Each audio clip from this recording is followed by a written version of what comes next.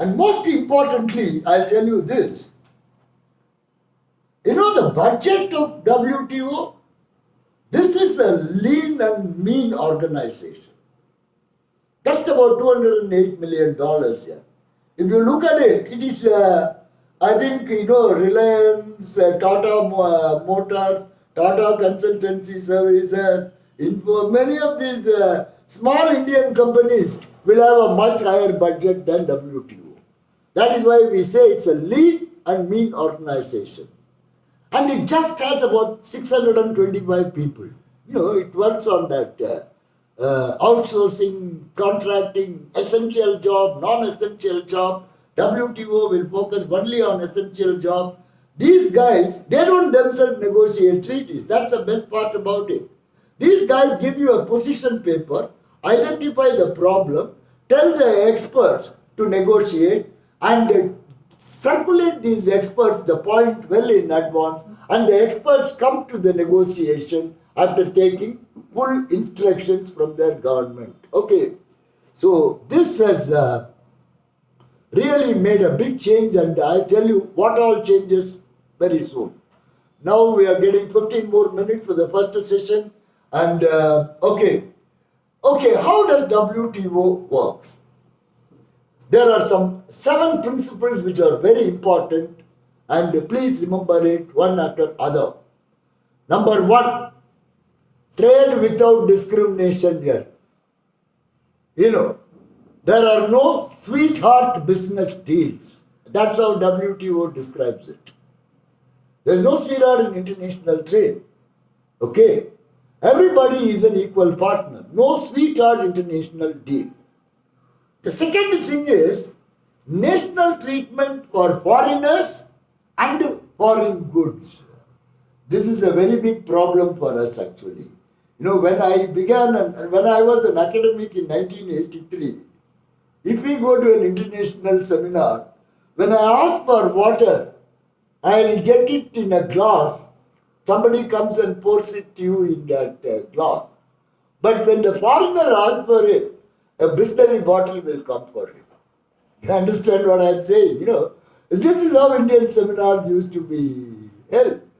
I used to find it, hey, what the hell? Hey, when I ask you, I don't mind, I'm used to that normal water.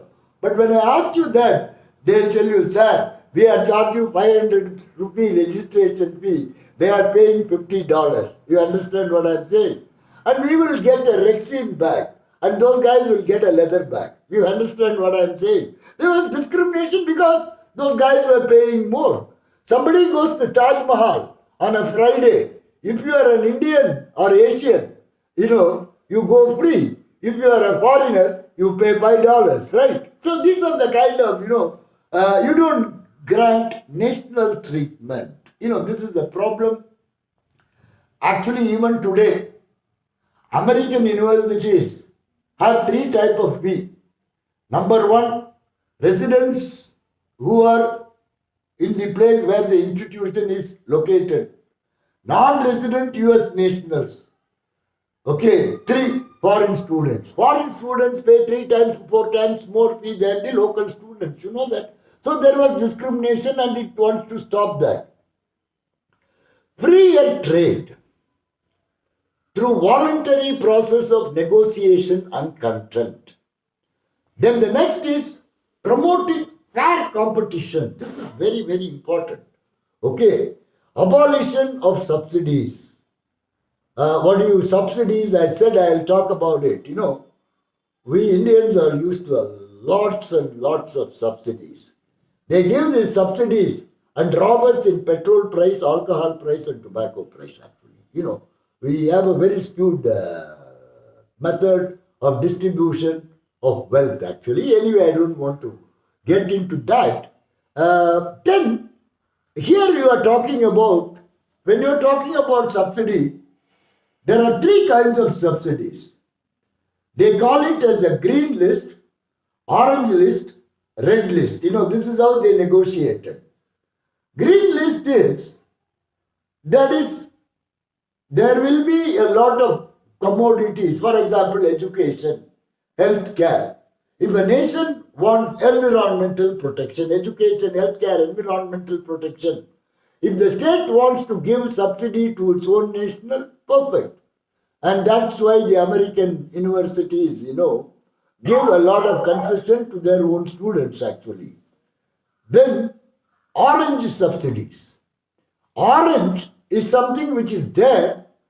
It should not be there for a long time. So within a period of 5 years, you try to pace it out. This is the case of agricultural produce. Orange is what is now permitted and tolerated, and over a period of time, you should not allow it. Third is the red list. Trade in finances, intellectual property. Here, you cannot give any subsidy and you have to stop it forthwith actually. Okay. And what it finally does is encouraging development and economic reform. This is a very, very big problem. For example, government purchases. Government purchases the maximum. Now, what the WTO seeks to do is, it seeks to control agriculture, textile, clothing, banking, telecommunication, government purchases, industrial standards, product safety. You know why Ambassador and Premier Padmini standard and all got out of the market? Huh? Now you virtually don't see any Indian car in the market, right? It is either Hyundai, Maruti. Okay, thank God Tata is there, but their passenger car business is still a pain in their economy. I don't want to go into it. But the reason is, under the guise of implementing industrial standards, they are asking Indian car manufacturers to make a car which is not possible for them now. Okay, and now it is possible, and then product safety, food sanitation regulations, industrial property, insurance, IT, insurance, banking, travel, hospitality. Virtually, it encompasses the entire gamut of the goods actually. Now, I think I'm coming to the end of it in terms of the criticism. Okay. What are the criticisms against the WTO? In fact, I remember we were talking about it in 1995. I used to be an odd man out in all the universities here. I mean, I didn't like it. I always thought I blend with people. But then they'll say something, I'll say something, and we'll be on, and you will get branded, and it doesn't work nice in a very good academic environment. Because everybody didn't like WTO. The reason is, many of them felt free trade benefits developed countries more than developing countries. Okay. Number two, national treatment for foreign goods would often mean death blow for local industries. I told you, you don't have Standard Herald, you don't have Ambassador, you don't have Premier Padmini, you don't have a lot of cars which existed in the Indian market. You don't even know what happened to things like Vanguard. Okay. Now you have only 4 major automobile companies in the world that control. All right, but remember, Mahindra has made substantial progress. Tata has made reasonable progress. In two-wheeler segment, Bajaj has made wonderful progress. After technology collaboration from Japan, TVS is doing very well. And after collaboration with Japan, Hero Motors are doing well. So therefore, it's not all that bad. Okay.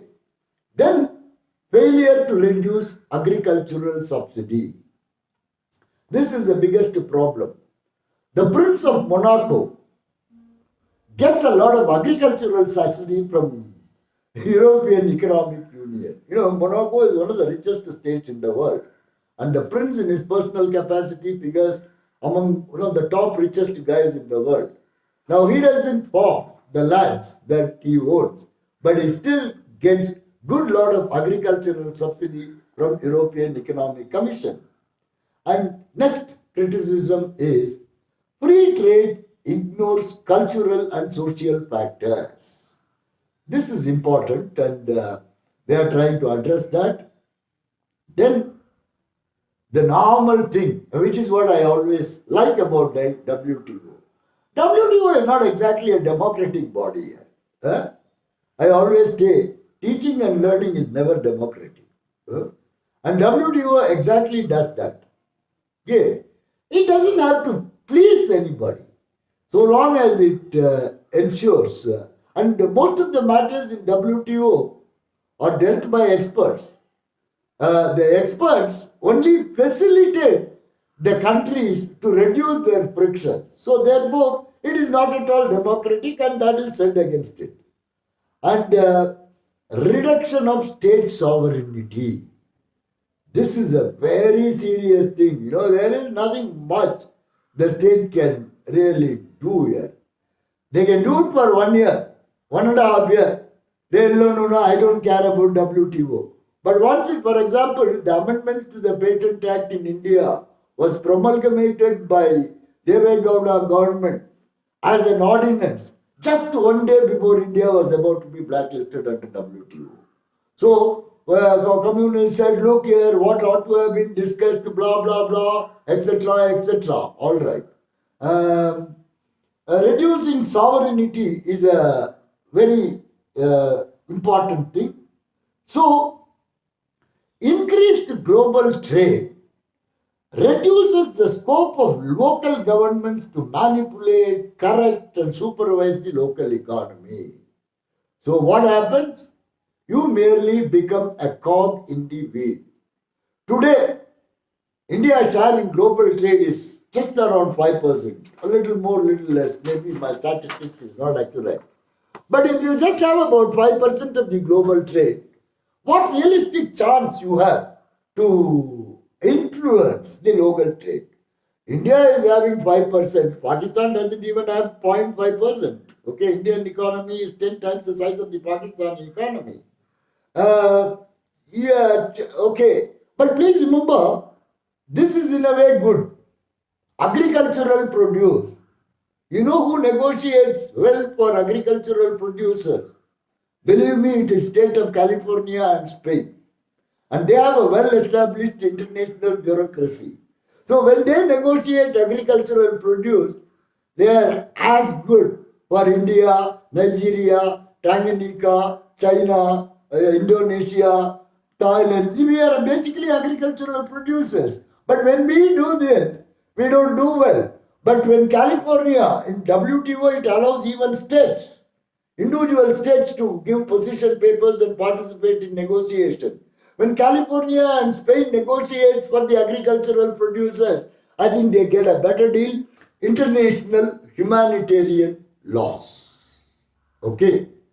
You remember we began our class with the two treaties, League of Nations, Kellogg and Prayon Pact. I discussed this topic on over phone with a senior law teacher yesterday because I was not sure what is the term international humanitarian law meant. For me, humanitarian law will include law of refugees, people who are being trafficked, and it can include the rights of children, rights of women, rights of non-combatant, a lot of things.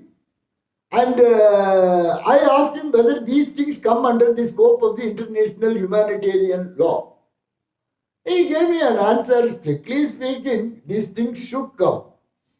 But what we are now doing is that since war has been outlawed, we want to outlaw references to war in law. So we replaced humanitarian for the word war. So today when you are talking about international humanitarian law, what you actually mean is the international law of war. But this international law of war, when I was a student at least, was not part of the course curriculum. But now they have included this. All right. Now let us go back. Unfortunately, see, please remember, in India, I think in my last class I told you, according to the Montevideo Convention, for a state to come into existence, four conditions must be satisfied. Number one, it must have definite borders defined with its neighbors.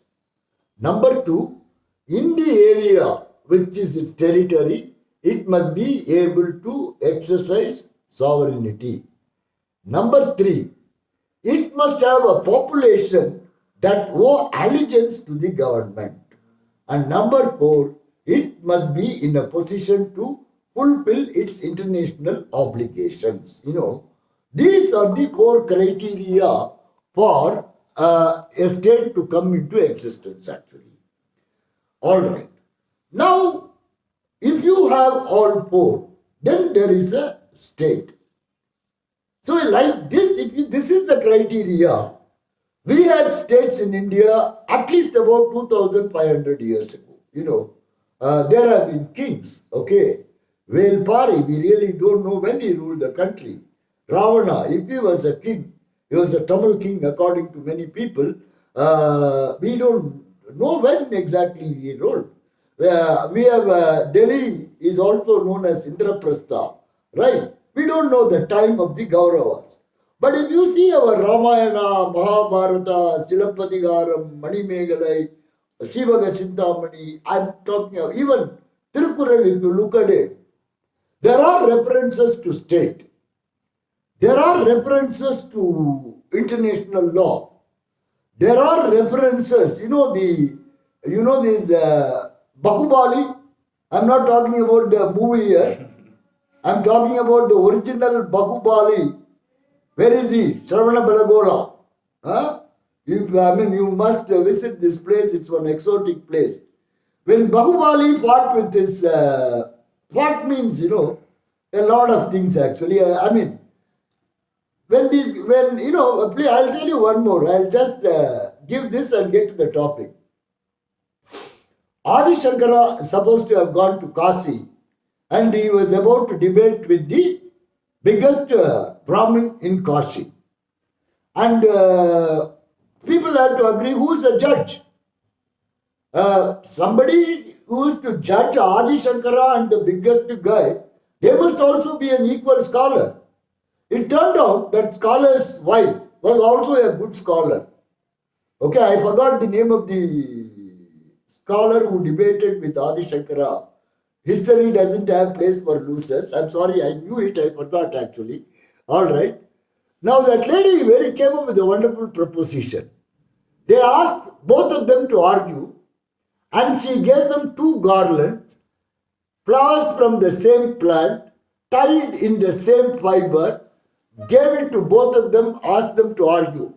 Both the guys argued for 7 hours, 8 hours. At the end of the 8th hour, that lady examined the garlands and found out Adi Shankara's garlands had withered less because Adi Shankara was not excited. The other person's garland has withered more. He was excited, angry because he felt he was losing. So because of all these things, okay, that lady declared that in the normal course, you should be the winner, but you don't know what is being a grahastha. My husband is a grahastha. So I think he is a better person than you to win this competition. That is why Adi Shankara goes into the body of some other king, who had just died, so that he could also become a grahastha for a short while, and these are different stories. So the point I am trying to tell you here is, there was international law of war in India. That is what I am trying to tell you. There was international law of war in India. Fine. That is number one. Number two, it was the Saint Augustine who for the first described the concept of just war. Just war, what is just war? Nations suffer injustice. Okay. If the injustice has to be remedied, it has to be articulated to the state which is pursuing the unjust act. If the state doesn't comply with your demand, then only there will be a war. You understand what I am saying? You find it in Ramayana also, right? Ramayana also, you want it to be given back. They don't do it. That's why Hanuman was sent.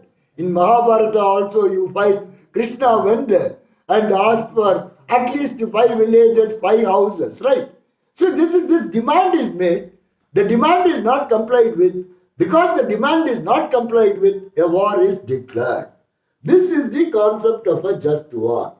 There cannot be what you call. Have you known as Yom Kippur War? In Israel versus Israel versus all the Arabian powers headed by Egypt.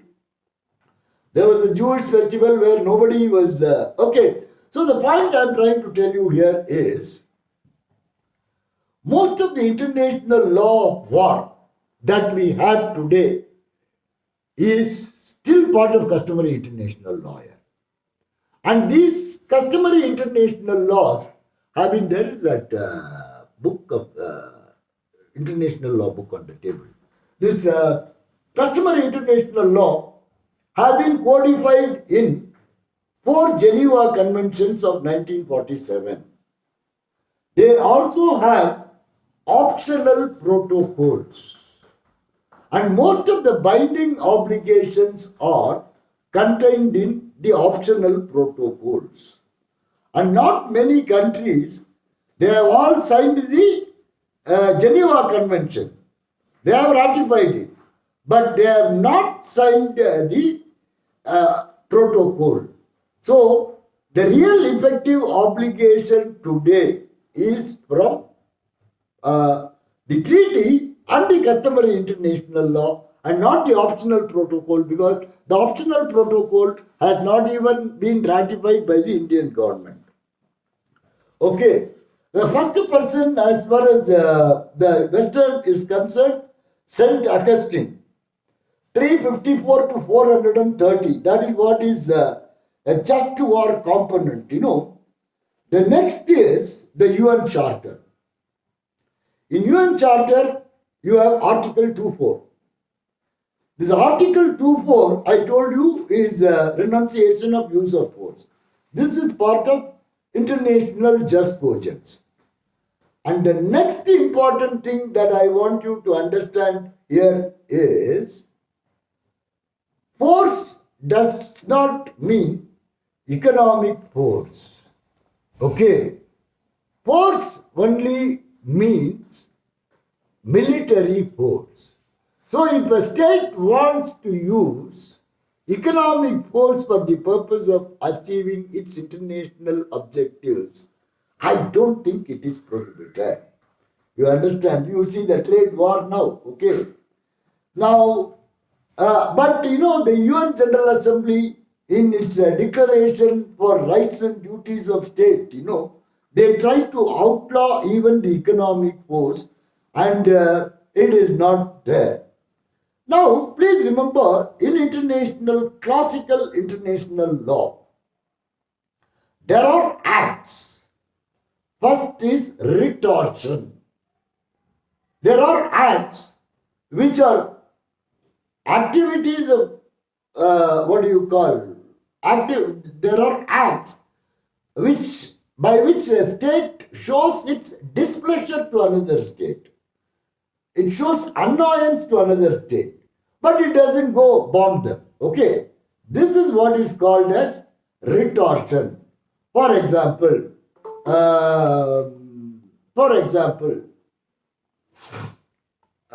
retortion means I am cancelling diplomatic relation, calling an ambassador back, asking the ambassador to go, suspending shipment, suspending drugs, suspending what you do. This is economic sanction. Even Arab countries did it, United States of America. These things may not exactly be illegal in international law. They are unfriendly acts. These unfriendly acts give a message to the other party to set the issue right. The second is reprisal. These things you may have some. In reprisal, it's for you, Nandu, Nalila dispute. Nalila dispute and Kerala case. Okay. The Nalila dispute was between Portugal and Germany. It took place in 1928. In this, what happened is Portugal had a colony in Angola. In South Africa, Namibia, it was the Western Germany which was the ruling power. The Western parties raided that, and Western party, what happened is by mistake, the Portugal Angolan soldiers killed some 3 German nationals, and there was a fight, and the reprisals must be are lawful if it is indicated in advance. Okay, do this and complete this. Do something to what do you call? For example, India is saying we will nowadays it has become fashionable to declare we will choose the time and place of reprisal. That's wrong. That's not what is expected to be done under international law. You must articulate a demand. The demand has not been fulfilled. Okay. And it doesn't leave you time for deliberation. Okay. Is a Pacific blockade. What is that? That's what United States did to Cuba. Blockade is not an act of war. You know, United States in Bay of Pigs incident, 1965, United States suspected that, Russia is establishing nuclear missiles in Cuba. So the US fleet beyond the Cuban embassy, territorial waters beyond 12 nautical miles, blockaded the ships that go into Cuba. The American inspectors will check it, and if they find that missiles are there, they will remove it. Finally, Russia agreed to remove the missiles. Then the right of self-defense, okay. It is there under 51 of the UN Charter. Force can still be used under UN Charter, and for the protection of nationals abroad. This is very, very important actually. In fact, the only country, or rather 2-3 countries that has gone to war, when Suez Canal was nationalized, France and UK went on a war against Egypt. They succeeded in the war, but they succeeded in the battle, but lost the war. Suez Canal was ultimately nationalized by Europe. So there were a lot of things like this. So what I am trying to impress upon here is that intervention. This is something which is not exactly a war. Something short of a war. Force is used, but the force is used for the purpose of achieving a good object. When the Sri Lanka imposed a blockade on Jaffna, Indian planes went and dropped food and relief supplies. This is an act of intervention. It is another matter. The Sri Lankan army went there, confiscated all what was dropped by the Indians. That is an act of intervention. India has intervened in the affairs of Bangladesh. India has intervened in the affairs of Maldives. What happened was some Sri Lankan terrorists who belong not to LTTE but another organization, they went and took over the Maldives island actually. Okay, the India sent its navy there. Within 32 to 40 hours, Indians were able to drive out the Sri Lankan terrorists. And these kind of, please remember, when Kuwait was annexed illegally by Saddam Hussein, United Nations intervened, and the power to intervene were given to the Allied forces headed by United States of America. Okay.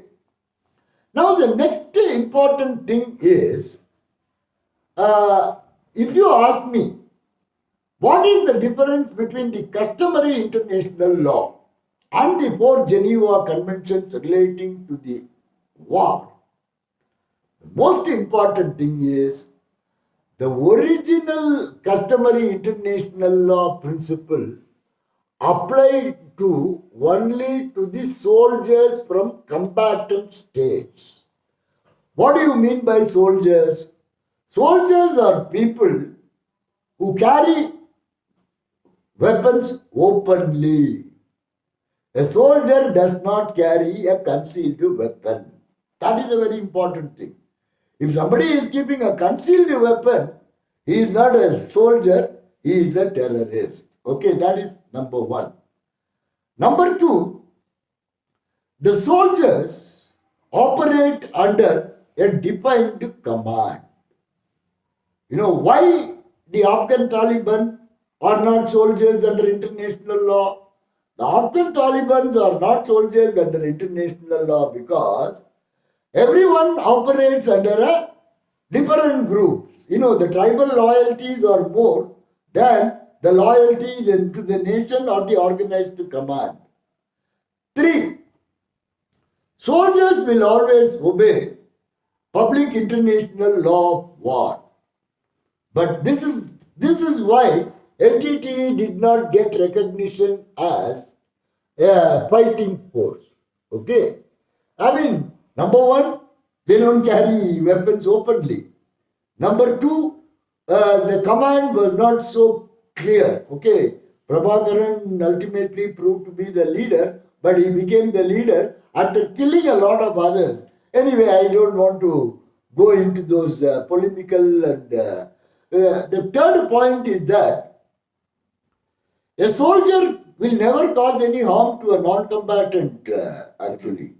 But the terrorists do cause. You know, when there is a terrorist bombing, suicide bombing, good lot of non-contestants died.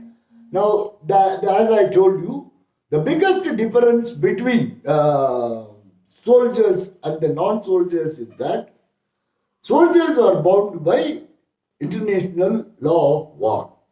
The non-soldiers, they don't really care. And that is why it was believed that Geneva Conventions will not apply to people who are fighting a separatist war. This is the problem. But under the customary international law, it did not apply to non-combatant. I'm sorry, it did not apply to unrecognized soldiers who are freedom fighters. Now, what the Geneva Convention seeks to do is it will apply to them also. All right.